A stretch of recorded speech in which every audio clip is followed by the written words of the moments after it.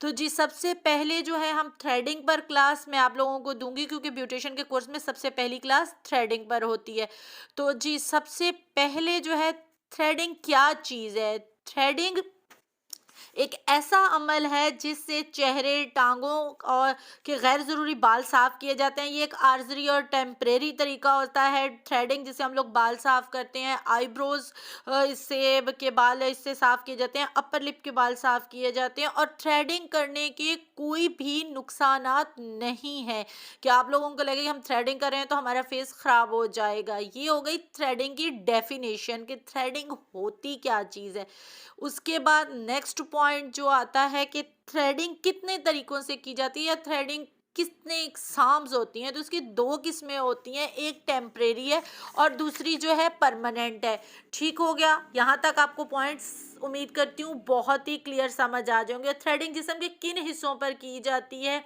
मुकम्मल फेस पर थ्रेडिंग की जाती है, उसके बाद आईब्रोज पर थ्रेडिंग की जाती है, आईब्रोज बनाए जाते हैं, अपर लिप की जाती है, चिन एरिया किया जाता है, ये एरिया जो होता है वो थ्रेड किया जाता है। उसके बाद आईब्रोज की कितनी एग्जाम्स हैं, आईब्रोज की कितनी शेप्स हैं? वैसे तो बहुत सारी आईब्रोज की शेप्स हैं, लेकिन जो थ्री मेजर शेप्स हैं वो मैं आप लोगों के साथ डिस्कस कर रही हूँ।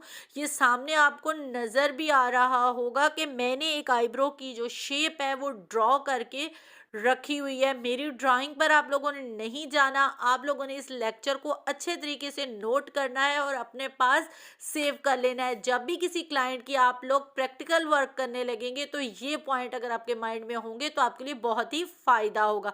फर्स्ट शेप जो है राउंड शेप है, इस तरह की है, ये आप लोगों के सामने मैंने ड्रॉ करके रखी है। वो इस तरह की गोलाई में शेप होती है और ये टोटल गोल शेप होती है। ठीक है, इस किस्म के आईब्रोज को ये इसलिए आपको बता रही हूँ कि जब कोई क्लाइंट आपके पास आएगा तो आप उसका फेस देख के उसके आईब्रोज देखकर अंदाजा लगा लेंगे कि इसकी शेप कौन सी है।